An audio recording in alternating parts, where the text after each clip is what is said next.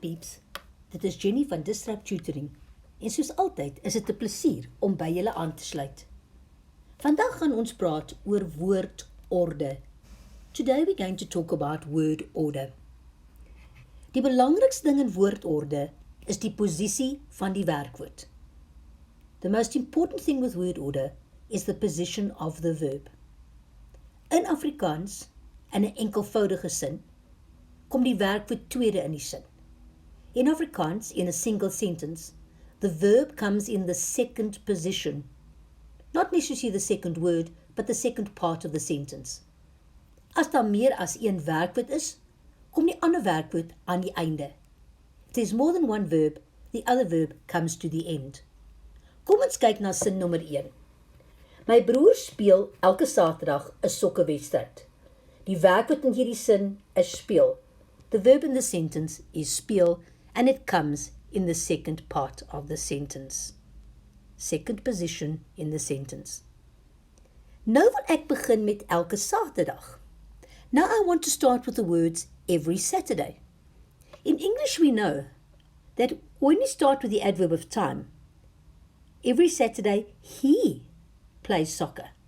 That's going to be different to Afrikaans, because in Afrikaans, doesn't matter what we start with, the verb comes second in the sentence. So we've got to say, elke dag Saterdag speel my broer 'n sokkerwedstryd.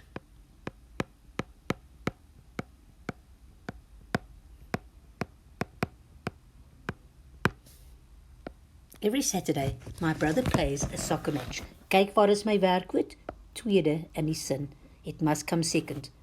The English translation is, my brother plays a soccer match every Saturday. Every Saturday, my brother plays a soccer match. In English, the verb doesn't come second. In Afrikaans, the verb comes second. Die volgende ding wat ons moet weet, is die bywoorde. Then we need to look at adverbs. In Afrikaans, the adverb of time comes first, then manner, then place. Time answers the question, wanneer, when you do something. Manner answers the question, how you do something, who. And place answers the question, where you do something, waar. Daar's ook 'n ander ding. There's something else in a sentence, wat ek noem die slegte vriend, that I call the bad friend, because he can confuse you. And to me, the bad friend is the infinitive, the infinitive. The infinitive is om plus te and a verb, and perhaps a few extra words in between.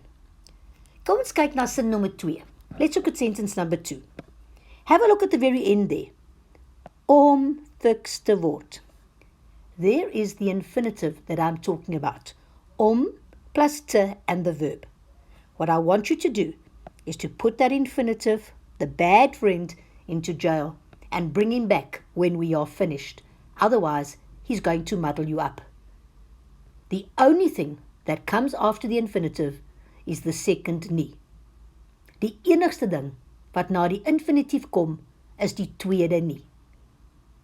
Kom ons doen nou die sin. Let's now do the sentence. Hy het vinnig om die veld gehardloop om fiks te word. Let's underline my verb. Onderstreep die werkwoord het gehardloop. Have a look at the position of that verb. One verb comes second, the other one to the end of the sentence, before the infinitive. Ons sien ook bywoord van wyse. There we see an adverb of manner, hoe hy hardloop, how he runs. En ons sien 'n bywoord van plek, adverb of place, where he runs, om die veld. We're going to start with the adverb of manner, vinnig. But again, die werkwoord kom tweede in die sin. Vinnig het hy om die veld gehardloop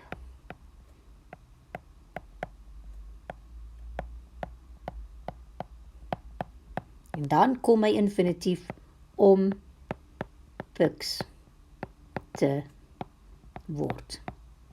Let's check that word order again. One verb comes second, the other one to the end of the sentence.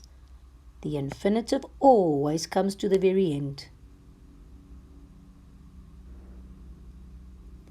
Voordat ek afsluit, wil ek net baie dankie sê aan ons Epic Borgmaatskappy wat hierdie video moontlik gemaak het.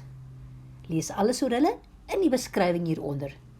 Onthou om ons webtuiste te besoek vir meer van hierdie Epic Studieklas video's. As jy nie die antwoord op jou vraag kan vind nie, stuur vir ons die vraag en ons sal antwoord met 'n persoonlike video net vir jou. Tot volgende keer, bly epic!